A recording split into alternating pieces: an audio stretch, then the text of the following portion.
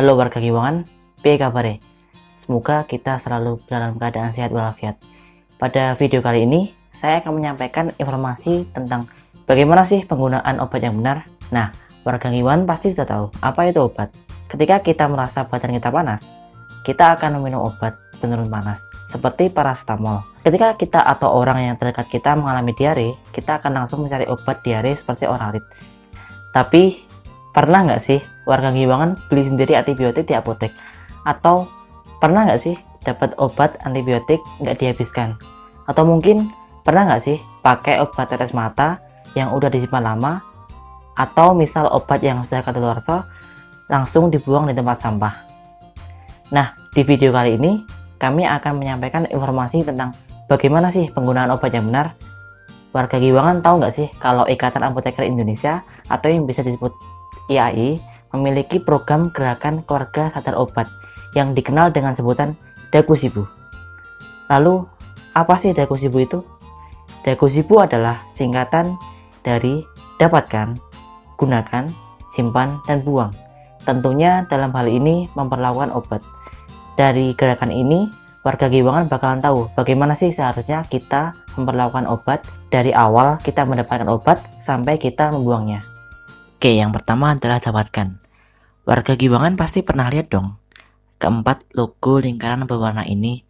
Tapi tahu nggak sih apa arti dibalik setiap logonya?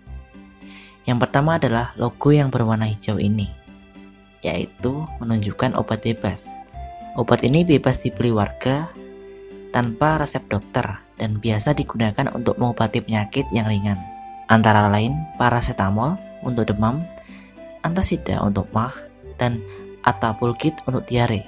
Kemudian logo yang berwarna biru yang menunjukkan obat bebas terbatas. Obat ini boleh dibeli tanpa resep dokter, tapi ada peringatan khusus dalam menggunakannya, antara lain CTM untuk alergi dan bromhexin untuk mengejar dahak. Kemudian logo yang ketiga adalah logo yang berwarna merah dengan tulisan K.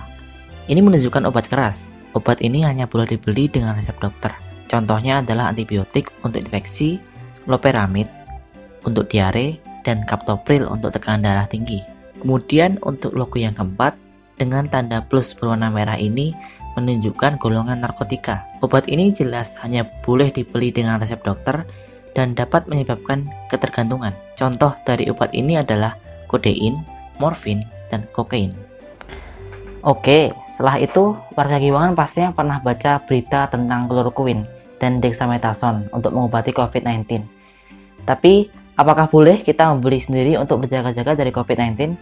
Kedua obat itu merupakan obat keras, jadi jangan membeli tanpa resep dokter ya.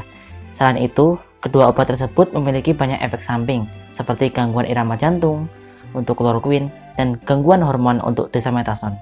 Begitu juga untuk obat lain seperti remdesivir, lopinavir, doxycycline, dan tenofovir, yang mana juga merupakan obat keras.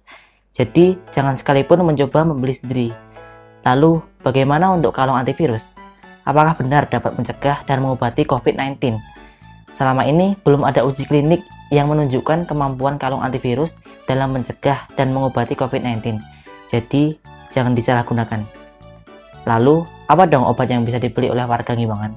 Untuk menghadapi COVID-19, warga Giwangan dapat membeli suplemen mengatur kekebalan tubuh seperti Stimuno dan Imbus.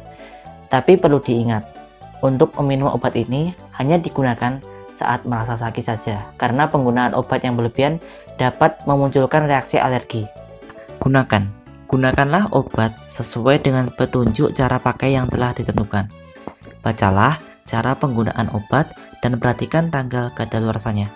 Penggunaan obat bebas atau bebas terbatas tidak dimaksudkan untuk penggunaan terus-menerus. Apabila Anda mengkonsumsi beberapa jenis obat, selalu perhatikanlah penggunaannya, serta dilihat juga bentuk setiaannya. Hindari penggunaan obat milik orang lain, walaupun itu tampak serupa. Selalu tanyakan pada apoteker untuk mendapatkan informasi obat yang lengkap. Kemudian bila obat yang digunakan itu menimbulkan hal-hal yang tidak diinginkan, hentikan penggunaan dan tanyakan kepada apoteker dan dokter. Nah, dari penjelasan tadi, kalian sudah paham belum? Kalau misalnya belum, saya mungkin bisa ambil contoh. Sebagai contoh, antibiotik. Kenapa sih penggunaan antibiotik itu harus dihabiskan? Ya karena akan mengakibatkan kebalnya bakteri terhadap obat apabila tidak dihabiskan atau tidak digunakan dengan benar. Contoh lain adalah sediaan suspensi seperti obat mah cair, yang mana kita perlu mengocoknya terlebih dahulu sebelum digunakan agar obat tercampur dengan rata. Pastinya, warga Giwangan sudah mengenal beragam cara penggunaan obat. Obat yang paling sering kita temui digunakan dengan cara diminum seperti tablet, kapsul, sirup, dan emulsi. Dari tablet sendiri ada berbagai cara untuk meminumnya, seperti tablet telan, tablet kunyah, dan tablet isap. Maka dari itu, sangat penting untuk memperhatikan instruksi penggunaannya. Selain itu juga, ada juga obat yang digunakan dengan cara dioleskan pada bagian tubuh, seperti salep, krim, dan lotion. Ada juga obat yang dimasukkan dalam lubang dubur, yang biasanya sering disebut suppositoria. Selain itu, ada juga obat yang diselipkan di mulut, yaitu obat sublingual dan bukal. Penggunaan obat sublingual diletakkan di bawah lidah, sedangkan untuk obat bukal dijepitkan di antara sela-sela mulut dan gusi.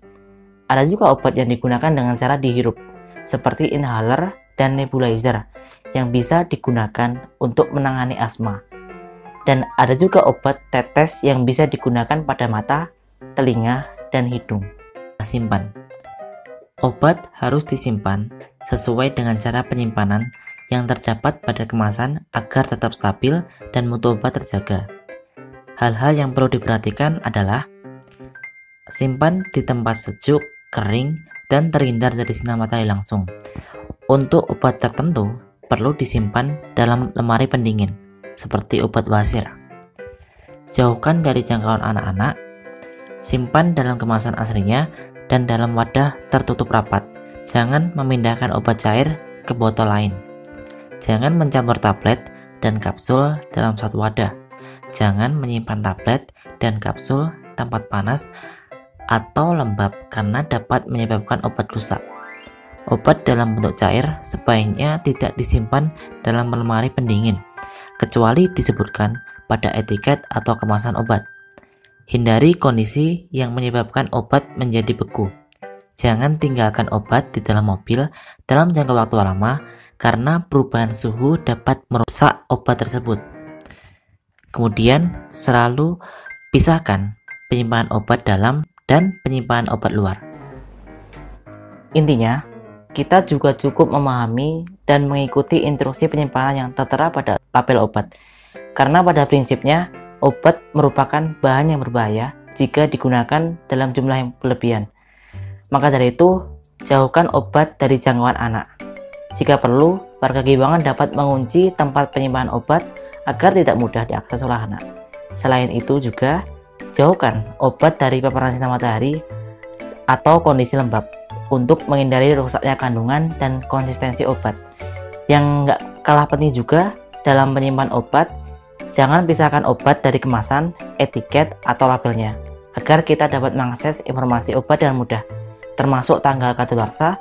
Itu merupakan informasi yang paling penting dalam menyimpan obat. Nah, khusus obat tetes mata, jangan gunakan obat apabila telah dibuka dan disimpan selama 30 hari. Karena setelah 30 hari, obat tersebut tidak bisa dijamin bebasnya obat dari kuman seperti bakteri, sehingga dapat membahayakan mata kita.